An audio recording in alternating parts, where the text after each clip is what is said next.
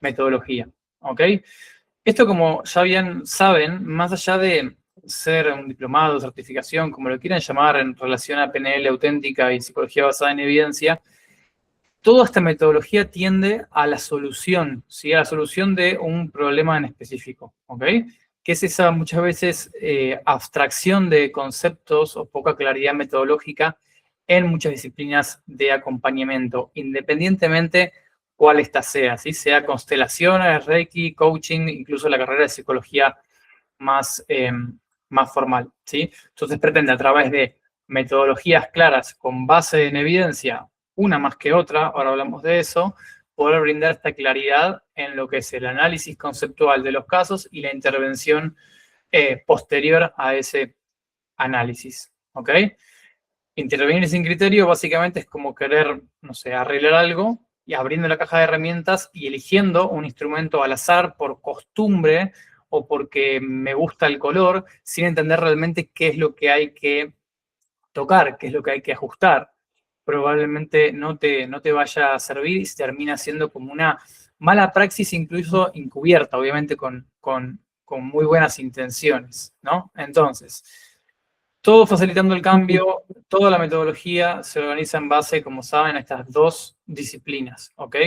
Programación neurolingüística, el estudio de la estructura de la experiencia subjetiva y lo que podemos calcular a partir de ahí, ¿sí? Suena un poco chino, ¿no? Pero ya saben, esta forma de poder describir procesos de la experiencia subjetiva que promueven la conducta y psicología, dice ahí, en realidad son psicologías basadas en evidencia, análisis funcional de la conducta, psicoterapia analítico-funcional, terapia de aceptación y compromiso. No son cosas separadas, sino que son lentes, formas de entender los casos, formas de entender el problema que observan el mismo fenómeno, ¿sí? Desde modelos distintos, pero estamos observando el mismo fenómeno. Y como siempre digo, se pueden integrar, son compatibles, juegan juntos porque parten de premisas, algunas iguales y otras similares, ¿sí? Entonces, algunos pilares así como clave de vuelta a nivel general, ¿no? A nivel macro.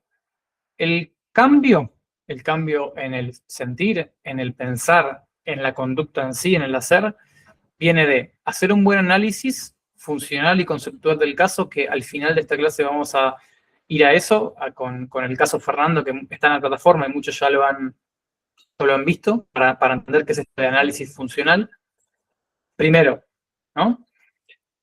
Intervenir entendiendo la función, de ahí viene el análisis funcional de la conducta y no sobre la forma en sí de la conducta. Distinción rápida: forma de la conducta es cómo se presenta la conducta. Por ejemplo, esta persona grita, esta persona siente miedo, esta persona siente ansiedad, más allá de cómo se presenta, es la función que cumple en un contexto determinado. Por ejemplo, me hace sentir aliviado, por ejemplo, me hace evitar algo que me genera una respuesta aversiva, ¿sí? Evitar sentirme incómodo. Esa es la función, y de ahí de análisis funcional, ¿sí? 3, entendemos posibles causas, lo que llamamos hipótesis de origen, que dan sentido a la emisión de esa conducta en ese contexto, y recuerden que cuando digo conducta es pensar, sentir o hacer, no solamente la conducta observable. Cuando hablo de causas, cuando hablo de hipótesis de origen, la famosa pregunta del por qué uno hace esto, obviamente que me estoy hablando de una historia de aprendizaje, ¿sí? De aprendizajes previos, que los que ya estuvieron o en el curso específico de creencias o pasaron por la parte del módulo que tiene que ver con la identificación y el cambio, perdón, de las creencias, eso tiene todo que ver con eso, o sea, tiene que ver con los aprendizajes previos que hacemos de manera inductiva, por nuestras propias experiencias, de manera deductiva, por algo que vemos o alguien nos dice y nosotros validamos, damos como cierto a través de dar autoridad a esa entidad, en caso de que sea una persona, o por inferencias, por analogías, comparación de dos momentos. No me quiero meter en ese terreno ahora súper técnico porque dijimos que íbamos a ir por arriba, pero esto, entender las posibles causas que originan y que dan sentido a una conducta en específica en un contexto en específico. Esto está más orientado a las creencias, ¿no? Si yo hago esto, pasa esto. Si no hago esto, pasa lo otro. ¿Bien? Entonces, hasta acá. Análisis funcional. Intervenimos entendiendo la función, ¿sí?, que cumple esa conducta en un contexto, para qué está ahí, básicamente. Entendemos las posibles causas de las hipótesis, perdón, de origen, ¿sí?, que le dan sentido, bien, que tiene que ver con la historia de aprendizaje de la persona. Y esto es súper importante, que es la hipótesis de mantenimiento. Más allá de las causas, más allá del origen, de lo que te pasó de chiquito, de lo que te hicieron tus hermanos, de eso que viviste, en el presente hay procesos, hay variables por los cuales esto se mantiene. ¿Ok? Hay refuerzos constantes que claramente sin distinciones no nos damos cuenta, ¿sí? Esto lo vemos bien cuando vean ahí, o cuando vieron, si es que lo vieron, lo que es la conducta operante, ¿sí?, que hacen que algo se mantenga. Entonces, no solamente armamos hipótesis de origen, sino hipótesis de mantenimiento. ¿Qué está pasando ahí en ese contexto? ¿Y qué elementos hacen que la persona mantenga, no sé, esa procrastinación, por ejemplo? ¿Ok? Suponte que la persona procrastina el ir a jugar al fútbol cuando tiene la oportunidad los sábados. Y entonces es otra cosa. Y se siente aliviado. En esa consecuencia de sentirse aliviado, a veces hay un mantenimiento, ¿sí? Un bucle de refuerzo. Detectamos puntos de apalancamiento, sí, que es cuando tengo acá el mapa, tengo el todo, tengo la conceptualización, que ahora vamos a un ejemplo a qué me refiero con conceptualizar. Para los que todavía no hayan llegado a eso, puedo entender dónde tocar. O sea, si yo tengo una torre de un Jenga, ese jueguito de madera, no todas las piezas van a tener el mismo efecto, ¿no? Va a haber piezas que yo toco y no pasa nada con la torre, y va a haber piezas que tienen más preponderancia en el desequilibrio de ese sistema. ¿Bien? Y para eso, una viñeta ahí aparte, hay que entender qué es lo que está gobernando primariamente esa conducta que yo quiero extinguir. Por ejemplo, vamos a decir que es una conducta de miedo al hablar en público. Bueno, ok. ¿Hay un conjunto de creencias y de reglas que mantienen eso? ¿O tiene que ver con que la persona llega a la oficina de su jefe y determinados estímulos disparan por condicionamiento una respuesta aversiva, por condicionamiento clásico? Entonces, no, tiene que ver con un conjunto de reglas, con algo que piensa acerca de las personas con autoridad, y eso hace que tiemble la voz al hablar en público o me genere miedo. Bueno, puede por el lado de las creencias. Puedo aplicar una reestructuración cognitiva, el diálogo socrático. Puedo aplicar el metamodelo del lenguaje, que muchos acá están interiorizados. Puedo aplicar una violación de expectativas con experimentos conductuales. ¿Ok? Conceptualizo, analizo el caso y ahí sí intervengo con criterio y voy midiendo el avance. Midiendo el avance es literalmente, no que la persona te vaya diciendo, hey, sí, más o menos vengo bien, sino que con esos autorregistros vos puedas tener criterios de avance. Por ejemplo, sí, esta semana pude hablar con mi jefe durante 3 minutos 2 veces a la semana. Ok, eso es un hito, eso es algo observable, es algo pragmático. Y si no pasó, bueno, ¿qué podemos mejorar? ¿Okay? Entonces, ¿por qué hablamos de pragmatismo? Porque cada intervención tiene un criterio observable y algo que podemos hacer de forma replicable, ¿sí? Es decir, de vuelta la diapositiva inicial. No vamos a hablar lo que te pasa es que tenés baja autoestima, sino vamos a entender qué hace la persona o qué hace la persona, entiéndase esa distinción, ¿sí? Qué hace afuera y qué hace acá adentro. En concreto, ¿sí? ¿Qué representaciones internas se hace? ¿Dónde enfoca la atención en términos de metaprogramas? ¿Qué estímulos específicos disparan esto? Y con ese pragmatismo, poder intervenir. Ahí Marce dijo que se cortó la luz o algo así. Bien, entonces, programación neurolingüística, ¿por qué es algo pragmático? Porque describimos la experiencia subjetiva. ¿Ok? Ahí tienen el ejemplo de cuando hago el mapeo del modelo POPS, prueba inicial, operación, prueba de salida y salida, y toda la secuencia cognitiva, también soportada por un sistema de creencias operando y un conjunto de metaprogramas. Creo que me hablaron en el chat, pero en este momento no los estoy viendo a ustedes. Así que si es algo importante, sáquense el mute y me preguntan. ¿Cómo está construida la experiencia del problema? Supongamos, alguien te dice, perdón, cree que no puede, ¿no? Esta persona cree que no puede. Bueno, pero en ese momento se está hablando consigo mismo de determinada manera, está imaginando determinados escenarios catastróficos que hacen que entonces se sienta de una manera específica, ¿sí? Esa secuencia conductual. Eso es lo que hace la PNL, un modelo pragmático. ¿Bien? Entonces, análisis funcional, ¿por qué es un modelo pragmático? Porque nos permite entender el famoso modelo ABC.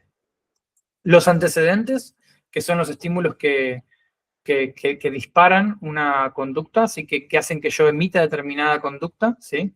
Semáforo en rojo, bueno, es momento de frenar. Perro es momento de sentir miedo. Google Meet es momento de dar la clase, ¿sí? Que haga que yo la ve en realidad de behavior, pues, es en inglés, hago determinada conducta a través de este antecedente y tengo una consecuencia, ¿ok? Acá dice flujo y retroalimentación porque generalmente desde el análisis funcional en esta consecuencia que viene a posterior de la conducta hay o un refuerzo de esta conducta, por ejemplo, agregando algo agradable, no sé, yo voy al gimnasio y después me siento bien, ¿sí? Por la serotonina, por lo que quieras, pero digo, me siento bien. Esa recompensa, ese sentirme bien que viene en el inmediato después de ir al gimnasio, hace al menos más probable que el día siguiente, a las 6 de la tarde, yo quiera ir. No es algo mágico, pero sí hace más probable eso. Ahora, yo voy al gimnasio y no solamente que no me siento bien, sino que tampoco veo resultados en el espejo, eso debilita la emisión de esa conducta. ¿Sí? Entonces, nos permite analizar los antecedentes o los estímulos que podemos discriminar que van a emitir una conducta, la conducta per se, cómo se está dando y dónde se está dando, y la consecuencia que normalmente trae consigo un refuerzo o un castigo, ¿sí? Que es cuando se añade algo aversivo, no apetitivo, o sea, que nos genera un displacer. ¿Bien? Entonces, el punto de encuentro entre programación neurolingüística y análisis funcional es que miran fenómenos y tienen objetivos similares, ¿sí? Que es la función del problema, cómo se mantiene el problema y poder encontrar ese punto de apalancamiento que hay que modificar. Y ambas se sostienen en la evidencia empírica y científica, más que nada la parte de la psicología científica, ¿no? Que son varios modelos. Ahora, dentro de, supongamos que tenemos un cajoncito, ¿no? Un cajoncito, cajonzote, que se llama PNL, tenemos un montón de modelos, tenemos un montón de herramientas con distintas funcionalidades, ¿sí? Tenemos, por ejemplo, el metamodelo del lenguaje, ¿sí?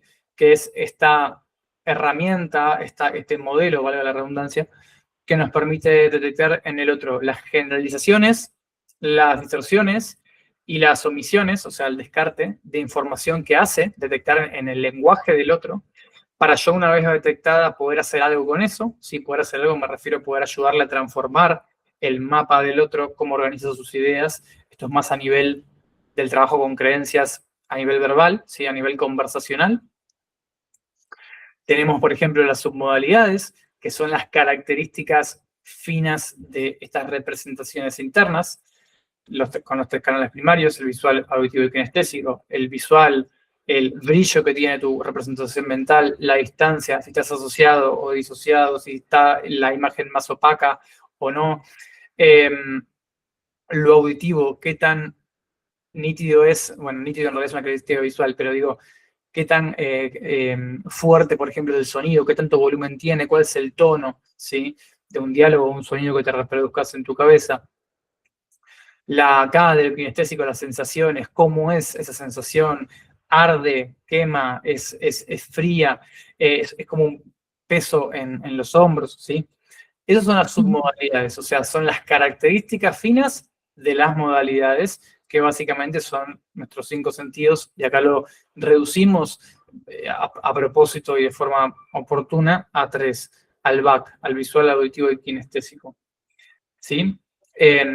Repito por las dudas, en este momento yo no lo estoy viendo, así que si quieren, siéntense libres de sacarse el mute y hacer una pregunta o lo que necesiten. No sé si alguien hizo una pregunta en el chat. Y si no, la contesto después. Anclajes es, como le llamamos en programación neurolingüística, al condicionamiento de esta respuesta refleja, de esta respuesta automática, ¿sí? Donde hay un estímulo que ha sido condicionado, EC, estímulo condicionado, que gatilla una respuesta condicionada, ¿sí? Tanto aversiva, displacentera, como apetitiva, placentera.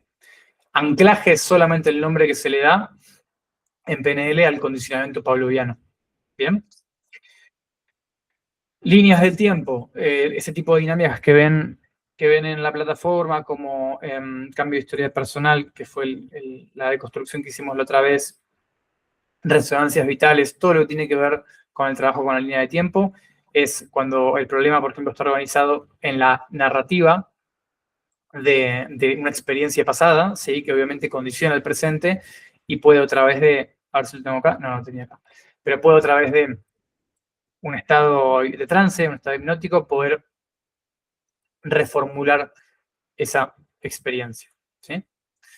El trabajo con creencias, cuando la conducta está gobernada por creencias también llamadas reglas, ¿sí?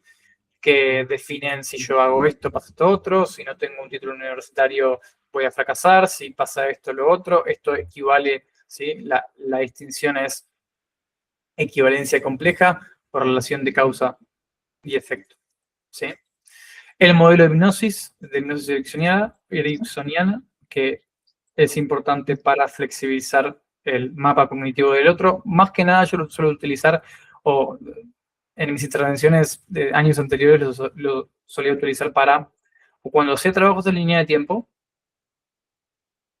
o cuando hacía trabajos con la elicitación y la modificación de estrategias mentales. Que a ver si lo... Ah, sí, estaba acá.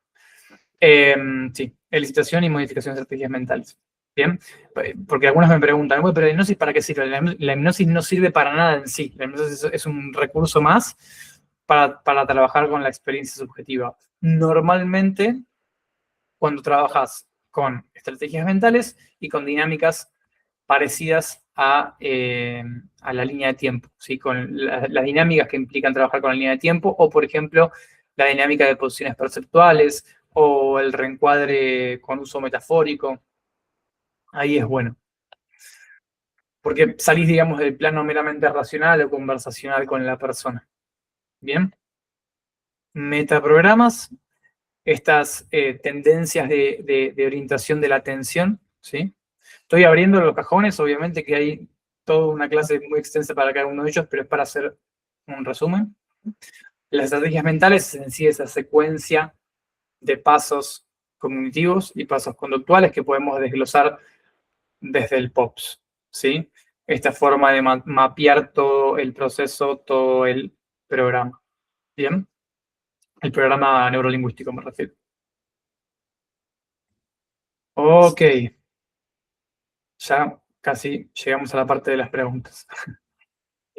Psicología basada en evidencia, son 3 las que componen y las que encuentran ahí en el programa. El fuerte El fuerte está en el análisis funcional, ¿sí? Análisis funcional de la conducta. Ahora, hay añadidos de lo que se llama FAP, que es la psicoterapia analítico-funcional, ahora vamos a eso, y parte de lo que tiene que ver también con la terapia de aceptación y compromiso. Son estas tres las que están basadas en evidencia. Sin embargo, me van a ver que siempre hago mucho énfasis en esta primera, ¿sí? En el análisis funcional. Entonces, el condicionamiento clásico o conducta correspondiente es, de vuelta, lo que en PNL llamamos anclajes. Por eso es que, en principio, cuando este programa se trataba solamente de programación neurolingüística, desde el abordaje de Bandler, desde el abordaje auténtico, yo les decía, esto tiene todo que ver con el modelado a muchos terapeutas, pero entre ellos psicólogos más conductuales, ¿sí? Que tiene que ver con esto, con el condicionamiento clásico. La conducta operante, ¿sí? La conducta operante tiene que ver con eso que yo hago considerando las consecuencias. Acá cabe, por ejemplo, el ejemplo del gimnasio que di recién, ¿sí? Que voy aprendiendo por un refuerzo o un castigo, si sería lo opuesto, que viene como consecuencia, que viene como un efecto de yo hacer esa conducta, ¿sí? No me gusta porque es un ejemplo muy típico, ¿no? Que se encuentra en todos lados, pero el típico ejemplo es ese de que, bueno, terminás toda tu tarea, ¿no? Y jugás a la Play. Entonces, está esa consecuencia después y se cumple, ¿no? Entonces, la persona va aprendiendo, entre comillas, de esa manera. La conducta gobernada por reglas, que acá se conecta muchísimo con programación neurolingüística. Estas son, de vuelta, ¿no? Distinciones de psicología basada en evidencia. Variables disposicionales, que son básicamente factores tanto biológicos como de personalidad, como de historia, como contextuales, geográficos, familiares, lo que sea, que van a influir, quizás de manera más indirecta, pero sí van a influir en el comportamiento de la persona, ¿sí? Tenemos la técnica de exposición, que es para extinguir respuestas condicionadas, esas respuestas reflejas o respuestas pavlovianas, mediante procesos de habituación, ¿sí? Esto lo van a encontrar como técnica de exposición. La reestructuración cognitiva es también el nombre que se le da desde la psicología cognitiva al trabajo que en PNL encuentran como metamodelo del lenguaje o el cambio conversacional, que es para el trabajo más que nada con creencias, ¿sí? Con reglas desde lo verbal. Diálogo socrático, pensamiento crítico, metamodelo del lenguaje, van a apuntar a eso. Activación conductual, tienen toda una clase también de activación conductual, que es básicamente, se usa mucho esto para lo que se llama depresión, que técnicamente hablando es cuando a una persona le quitas muchos reforzadores de su vida, y lo que haces es de forma progresiva poner en marcha a la persona que se ponga, perdón, en contacto con esos reforzadores nuevamente. La violación de expectativas, que es básicamente un experimento conductual, también para derribar creencias, pero con la particularidad de que no es conversacional. O sea, no es un proceso de, bueno, ¿qué te hace pensar esto? O darte un contraejemplo, o invertirte la relación a nivel verbal, a nivel de intervención verbal, sino que es más un experimento que voy a proponerle o voy a sugerirle a la persona en el cual yo lo pongo enfrente de una situación que contradiga la expectativa, ¿sí? De la persona.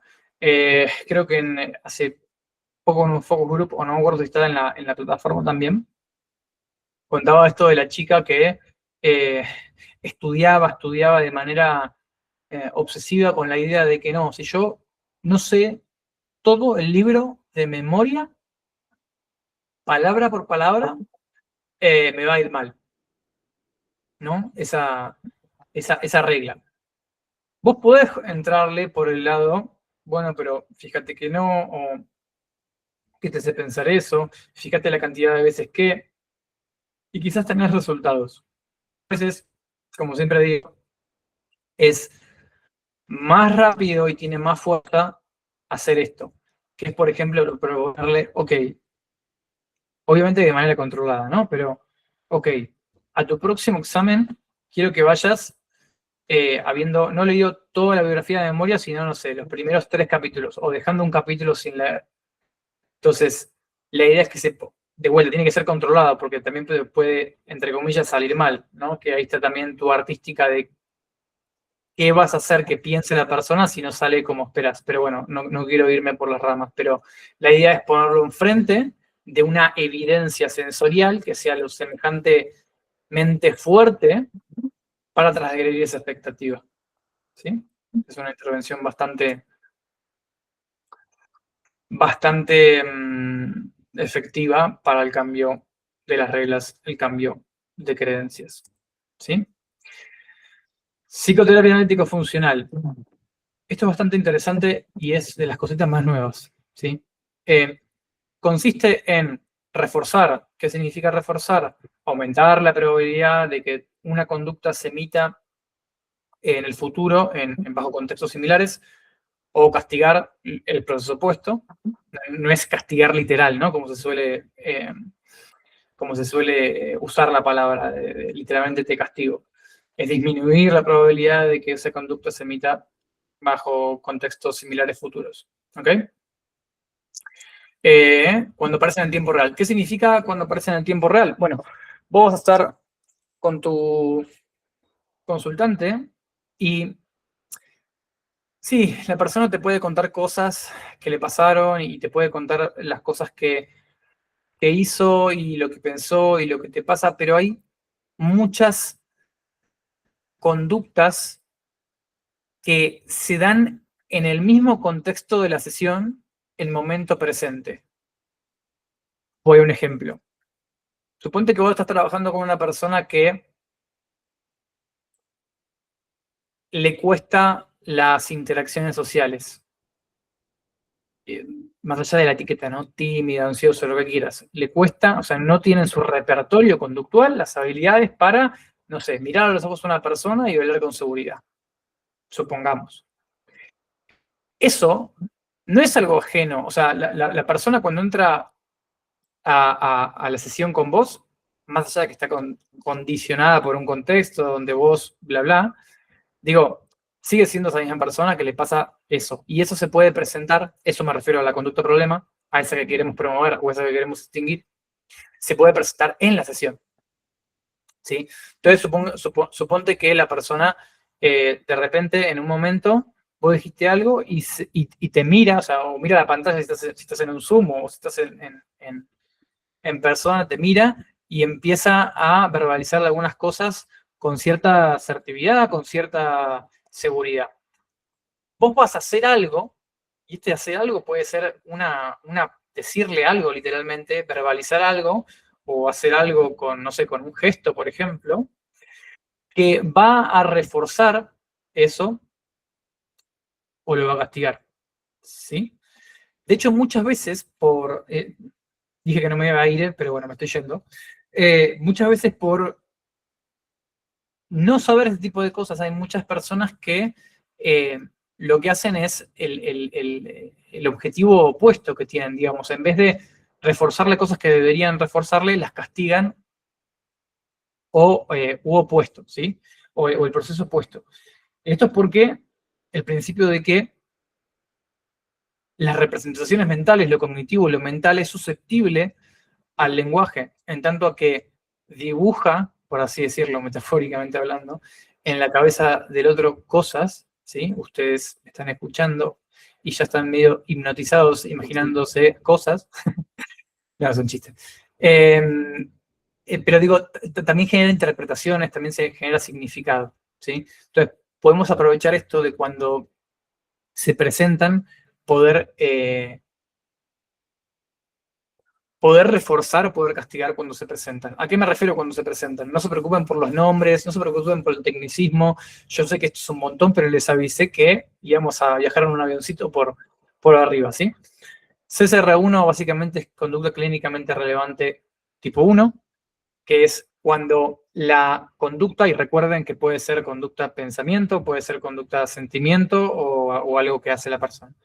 Aparece en sesión. O sea, la persona se cruza de brazos, se mira para abajo, ¿no? Y eso es algo que está buscando cambiar.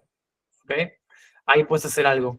CCR2, cuando la conducta de mejoría aparece en sesión. La persona te empieza capaz a mirar y a hablar más fluido. CCR3 es cuando la persona verbaliza una interpretación de su problema, que esa interpretación puede ser útil o no. Ejemplo, para no quedar en el aire.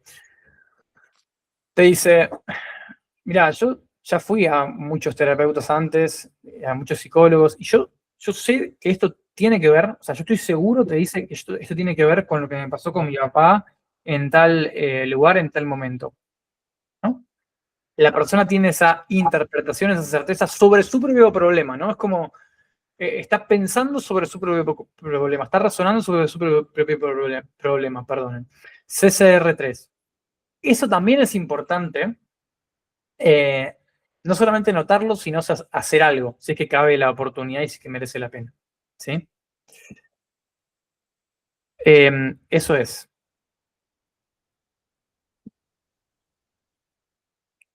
¿Quiero corroborar? No, ahí estamos. Bueno, lo que les quiero mostrar ahora es entonces cómo podemos, más allá de que no estén